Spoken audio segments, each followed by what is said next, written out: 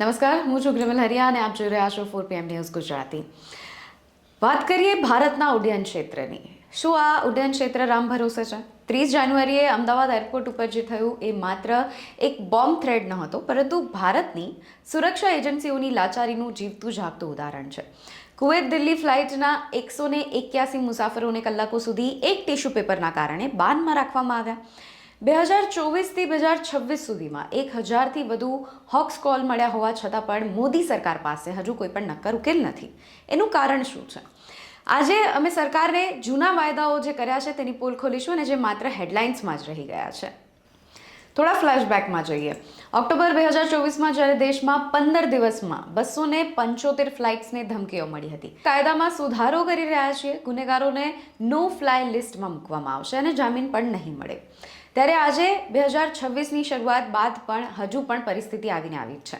ત્યારે સવાલ એ થાય છે કે ક્યાં છે એ કાયદો અને શા માટે હજુ પણ એ સામાન્ય ટિકડખોર આખા દેશની સુરક્ષા વ્યવસ્થાને ઘૂંટણીએ લાવી શકે છે.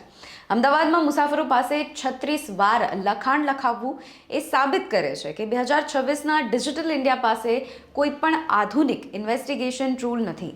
અને આ જ સાથે આપણે હજુ પણ કાગળ અને પેનના ઉપર જ નિર્ભર છીએ.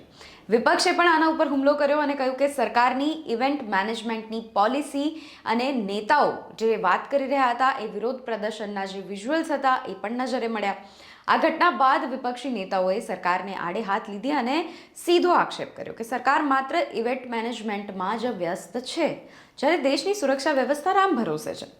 એટલું જ નહીં, ઘણા એવા પણ નિવેદન આવ્યા કે સરકાર વંદે ભારત અને નવા એરપોર્ટના લોકાર્પણમાં વ્યસ્ત છે, પરંતુ જે પ્લેન હવામાં છે તેની સુરક્ષા કોણ કરશે? 1000 ધમકીઓ મળી છતાં પણ ગૃહ મંત્રાલય હજુ પણ મૌન કેમ છે? તો બીજા પ્રશ્નો એવા પણ ઊભા થાય છે કે 181 મુસાફરો પાસે 36 વાર લખાણ લખાવવું એ સુરક્ષા નથી પણ તંત્રની લાચારી છે. શું આજ તમારું નવું ભારત છે કે જ્યાં ટેકનોલોજીના નામે શૂન્ય હજુ પણ દેખાય છે? વિપક્ષોએ જ્યારે આ સવાલ ઉઠાવ્યો છે ત્યારે પણ સંસદમાં સુરક્ષા ઉપર ચર્ચાની માંગ કરવામાં આવે છે અને સરકાર તેને રાષ્ટ્રીય સુરક્ષાના નામે ટાળી દે છે. ઓક્ટોબર 2024માં જ્યારે ઉડ્ડયન મંત્રીએ આપેલા વાયદાઓનો ઉપર પ્રશ્ન કરવામાં આવ્યો ત્યારે પણ સરકાર મૌન રહી. 2026 આવી ગયું છે, પરંતુ સરકાર સાથે સાયબર ક્રાઇમ, આતંકવાદને રોકવા માટે કોઈ પણ વિઝન નથી દેખાઈ રહ્યું અને માત્ર હેડલાઇન્સ બદલવાની આવડત દેખાઈ રહી છે. હવે વાત કરીએ એરલાઇન્સના આર્થિક ફટકાની, કારણ કે જનતાનો જે ટેક્સ ભરવામાં આવી રહ્યો છે એનો વેડફાટ અહીંયા દેખાઈ રહ્યો છે. એક ફ્લાઇટ જ્યારે ઇમરજન્સી લેન્ડિંગ કરે છે ત્યારે તેનું ગણિત સમજવા જેવું છે. સૌથી પહેલું ઈંધણનું ડમ્પિંગ. લેન્ડિંગ પહેલાં પ્લેનને હજારો લીટર મોંઘું બળતણ હવામાં ખાલી કરવું પડે છે. ઓપરેશન કોસ્ટ, એક ડાયવર્ઝનને ખર્ચ 60 લાખથી 3 કરોડ સુધીનો પહોંચે છે. એટલું જ નહીં, કુલ નુકસાનની જો આપણે વાત કરીએ, છેલ્લા 2 વર્ષમાં ભારતીય એરલાઇન્સોને આવી ધમકીઓના કારણે અંદાજે 1200થી વધુ કરોડનું નુકસાન થયું છે. અને આ નુકસાનની ભરપાઈ કોણ કરે છે? એ પ્રશ્ન ત્યાંનો ત્યાં છે. અંતે તો ટિકિટના ભાવ વધારીને સામાન્ય જનતાના ખિસ્સામાંથી જ આપવામાં આવે છે. સરકારની આ નિષ્ફળતાનો દંડ જનતા ભરી રહી છે.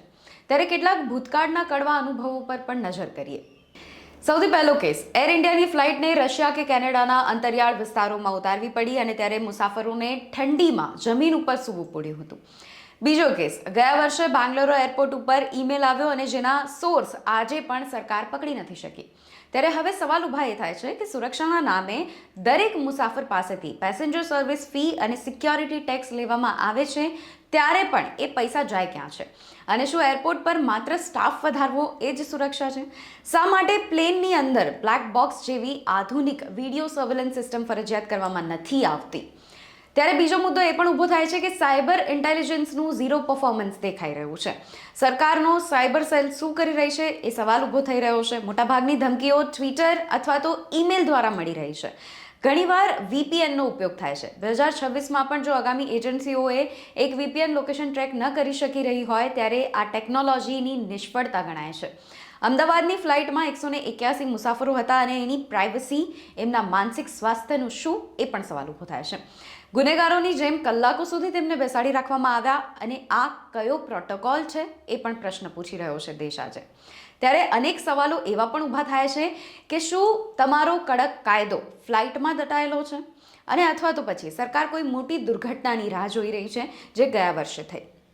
નિર્દોષ મુસાફરો પાસેથી 36 વાર લખાણ લખાવવા સિવાય બીજી કોઈ પદ્ધતિ નથી? તો કરોડોના નુકસાનની જવાબદારી શું સરકાર લેશે?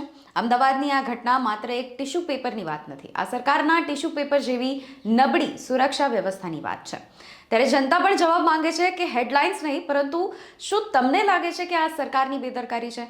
અમને પણ આ વસ્તુ કમેન્ટમાં જણાવો અને આ વિડીયો વધુમાં વધુ લોકોને શેર કરો, જેથી કરીને જે તંત્ર ઊંઘી રહ્યું છે તે જાગૃત થાય. નમસ્કાર.